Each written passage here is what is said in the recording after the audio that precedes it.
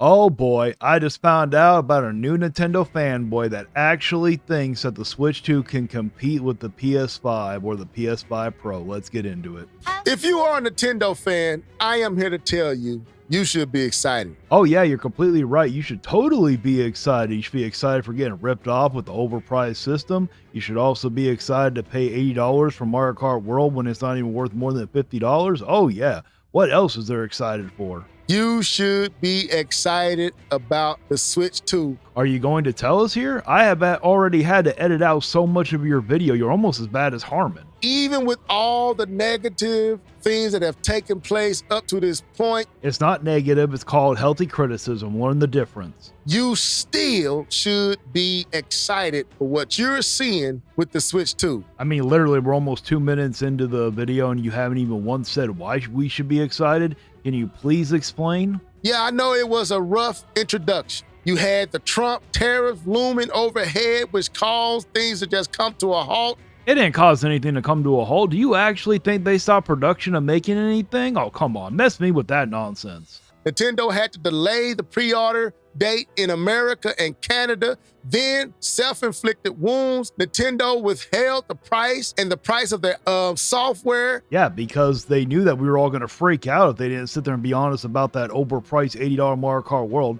But somehow, I have a strong feeling you're just going to somehow try to defend it. Until after the Direct, which caused another outrage because it was $450, which no one expected. And then Mario Kart World was $80. Yes, $450 is way overpriced, especially when Japan's getting there for $330. But I think you're perfectly okay with that, aren't you?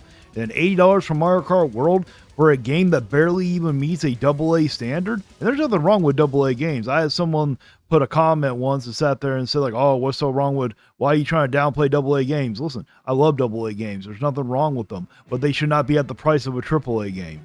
Then misinformation carried on, and many thought it was going to be physically $90, which that was wrong, but still. In some parts of the world, it is $90. And also, have you forgotten a thing called taxes? I don't know if you have sales tax where you live. $80, taking the price up $10 over what Sony had already introduced with the PlayStation 5. Sony never introduced $80. They didn't even introduce $70. That was Activision with their NBA 2K game, whichever one it was. Is it worth it?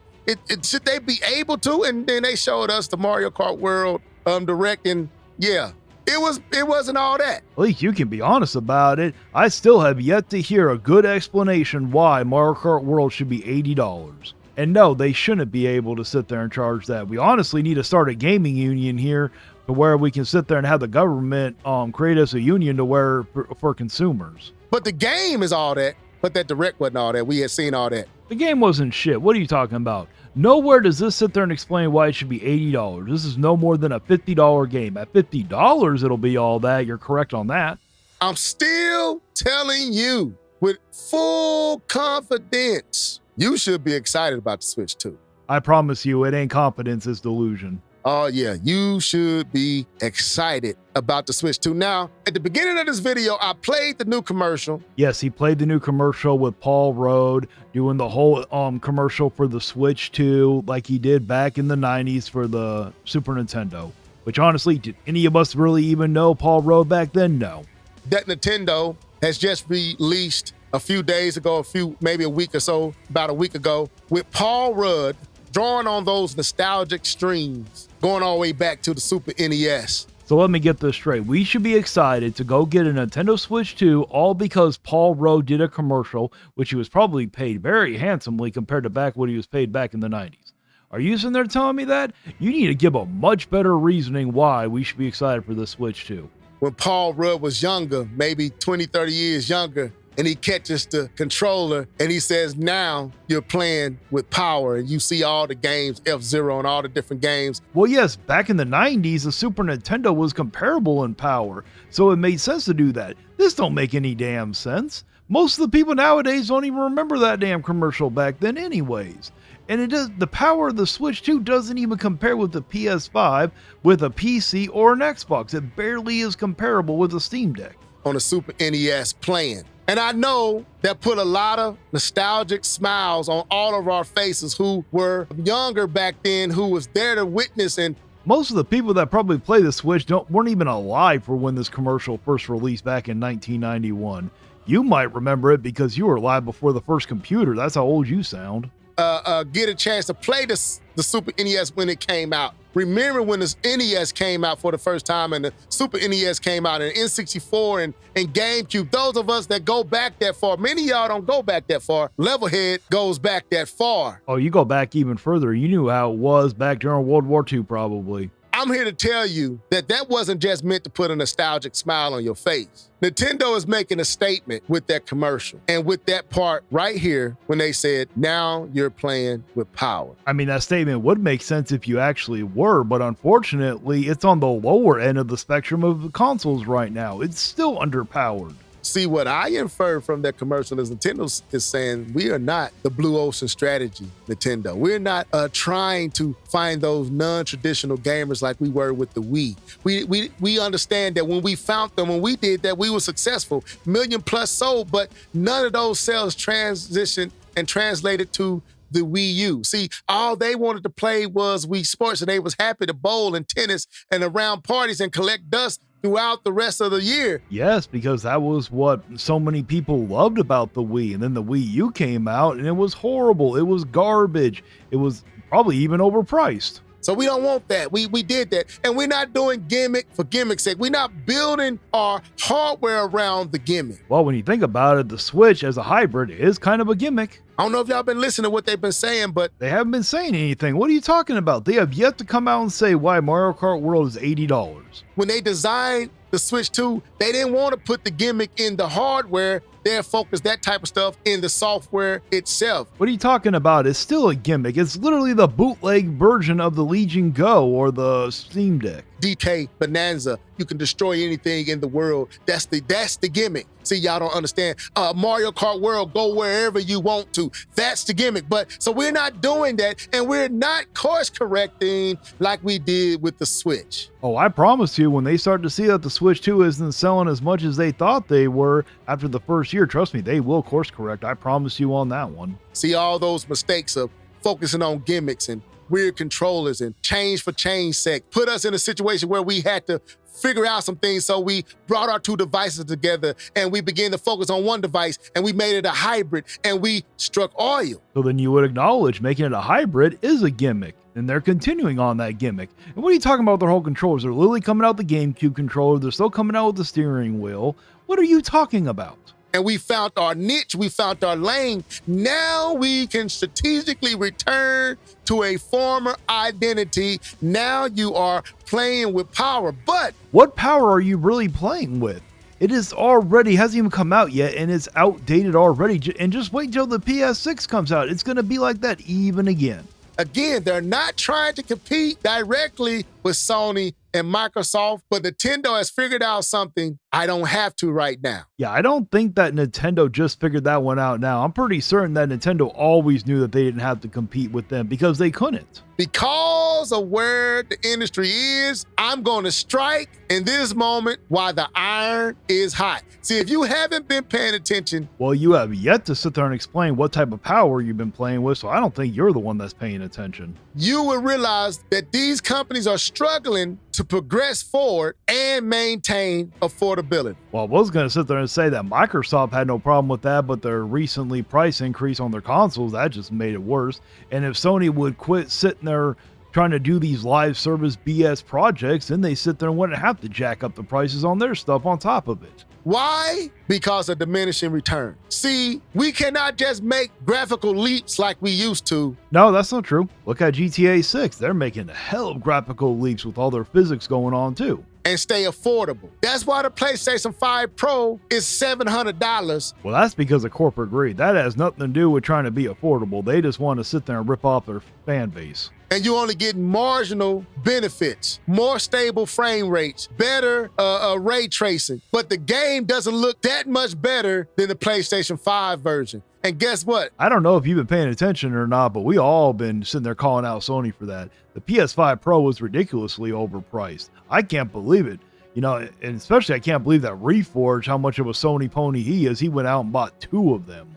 A lot of the games on the PlayStation 5 don't look that much better than games on the PlayStation 4. Last of Us Remake didn't look that much better than the Last of Us that came before. Last of Us 2 didn't look that much better than the Last of Us 2 that came before. Why? Because there's only so much you can do before you begin to price yourself out of the casual markets. Yeah, just like Nintendo is doing. Now I'm catching on to what you're trying to do. First, you're sitting there trying to compare the PS5 Pro to the PS5. Now you're trying to compare the PS5 to the PS4.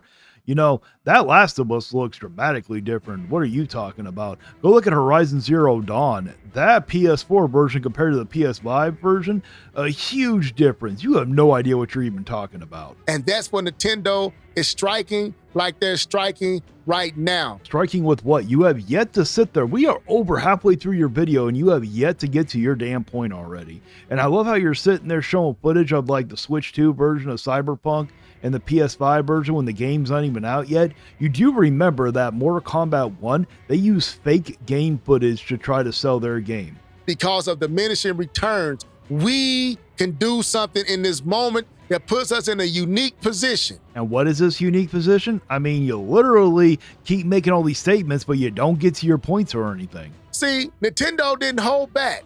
Yes, they did. They held back severely when it came to the hardware. That's why it's already outdated and it hasn't even come out yet. When people thought they wouldn't do 1080p, they did 1080p screen. When people thought they wouldn't do HDR, they did HDR. When people thought they wouldn't do VRR, they did VRR. Have you ever heard of a thing called Google? It's this new thing that was just developed yesterday. It's called a search engine where you can look up boundless information. I just looked it up, and guess what? It says the Switch 2 isn't even VR compatible. They have nothing that makes it VR compatible. So what are you talking about that it has VR? People, no one thought they would do anything 120 frames, and they did 120. All these things Nintendo is doing, even the hardware itself, and NVIDIA and what they have created is allowing this Switch 2 to beat a drum in a unique position where they have found true parity. I mean, that's great if it can do 120 frames like you're sitting there saying, but the system isn't even out yet, and I seriously doubt it's going to be able to do 120 frames per second consistently. At a time where both Sony and Microsoft is going to find it hard to make that graphical leap to separate themselves from the Nintendo device this time around and maintain affordability. I mean, that's the only thing you sat there and said that was true is affordability, because even the Switch 2 isn't even affordable. It's overpriced when you compare it to Japan's version. They get it for $330. And no, I will never let that go.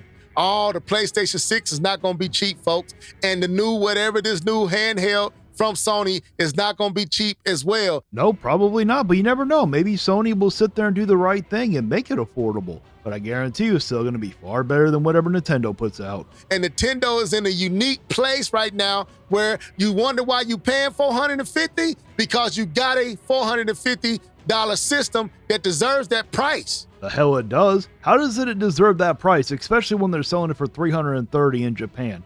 Please explain. Because they're doing a little bit more than you expect, and is allowing them to hit at a level that gets them parity where third party will find a home with them. Yes, for now, until next gen, and then it's going to be like it was with the Switch. And they can shrink that gap at a time that neither Microsoft nor Sony can do much. Yes, they shrunk it by a one generation gap, but guess what? With the next generation, with the PS6, it's going to be back again at a 2 generation gap, just like the Switch was. To separate themselves like they have always done. You know, sitting there putting your games at a higher price than what your competitors are, that is not separating yourself. That's making yourself seem even worse. Oh, this is unique. This is a different place for Nintendo. And this is why you need to be excited. You know, through this whole video so far, you have literally not given a single reason why you should be excited. The only reasoning that you gave, and I don't even think you did it on purpose, was that you should be excited to get ripped off. Because this generation is going to be equally as long as the Switch generation was. And you're going to probably see every title that possibly can coming to the Switch. Yes, every title that was on like the PS4. But have you seen Baldur's Gate 3 come to the Switch 2 yet? Have you seen Black Myth Wukong come to the Switch 2 yet? Nope, I didn't think so. The best of first party from Nintendo? Oh, y'all ain't seen Nintendo like you're about to see Nintendo. I actually agree with you. Just wait until they sit there and come out with the new Zelda game at $100. Oh, you ain't seen a Nintendo game like you're about to see a Nintendo game. Why? Because they gave themselves a system that can do everything they need to do and compete and be in parity with the other platforms where they need to. Not competing directly, but enough oomph under that hood to do some miraculous things. Not no impossible ports, but a smart and strategic design. You know, I would actually agree with you about all that if they sat there and gave it at a good price like they did in Japan. If they would have released it at $330 and then released Mario Kart World at $60, nobody would have complained. Games taking advantage of what the Switch 2 can do. This is a place we haven't seen Nintendo at since the Super NES. I mean, if I believe they were on top back with the Super NES, but with this time, they're not even on top. They're still on the bottom. They really are playing with power. Yes, you are completely correct. They are playing with power, last gen power. And then when the next gen comes out for the PS6 and the new Xbox, it's going to be 2-gen power behind. In a handheld device where neither Sony nor Microsoft can realistically respond at the moment. Well, the rumors are correct. They're going to be coming out with them soon. But I love how you don't sit there and mention the ones for the PC, like the Steam Deck, or was it the Legion Go? I think that's what it's called. Why don't you mention those? Because you know that Nintendo just ripped off their concepts is the reason why. They're going to have about a 2 to 3 year window to show off in a way that we haven't seen, while both Sony and Microsoft are still trying to manage where we at. Sony and Microsoft know where they're at. And you are correct. The Nintendo Switch 2 only has 2 years left before the third parties go bye-bye. How do I keep delivering these games at the level that we have and maintain affordability? Microsoft bowed out. No, Microsoft didn't bow out. They just gave up on the console war bullshit, which is what you need to give up on. Because all these console war things do is it just hurts the consumer, because then it drives up the prices because they don't sell as much. But you could be like Nintendo, you can sell millions and millions and millions upon copies, they will still jack up the price. Microsoft, like, we just gonna buy these companies, everything is an Xbox. Your Fire Stick is an Xbox. Yes, and they're making great money doing their strategy. Steam Deck is an Xbox. Matter of fact, they teaming up with Asus and gonna make a Rogue Ally, and that's gonna be an Xbox. And I know you're scared about that one, just you wait. You know what? You'll probably go out and buy that one so you could play some big boy games. Sony is still treading on like they always did, more power, and they pricing themselves out. And you don't think Nintendo is? I mean, Nintendo might not be pricing themselves out of the hardware, but they're pricing themselves out on the software. No one is excited to have to pay an overpriced $80 game. Games costing too much to build. Developers, y'all saw what Square Enix said. We can no longer make our games exclusive to Sony. We got to put these games any and everywhere they can go. Yes, you know, they keep sitting there saying that games are costing way more money to make now, but guess what? They also keep sitting there saying, oh, we're also making record profits. Nintendo and Microsoft, why? Because we want to make our money back. These games cost too much to produce to continue to do the exclusive thing. EA bringing Madden? Well, they would also make their money back if they would make a good game. Maybe if Sony stopped trying to hop on that live service train and actually make good single player games like they used to, then they would be in a lot better of a position. But no, they keep making games that none of us have asked for, like Concord, Marathon. Oh yeah, this is a different Nintendo. You should be excited. Cyberpunk, Outlaws. Did you really just say Star Wars Outlaws? I'm just going to leave it at that. Shadows. You should be excited for the Switch 2. Yes, you should be so excited to get a Switch 2 because you get to play Star Wars Outlaws. Have you not seen the reviews on that game? And then you got Assassin's Creed Shadows, which I actually don't mind Assassin's Creed Shadows. It ain't worth $70, I promise you that. But, for like $40, I think it's worth it. But a lot of people do not like that game. So you really want to die on this hill sitting there saying that it's so worth it to get a Switch 2 and that you're so excited because you get to play those two games.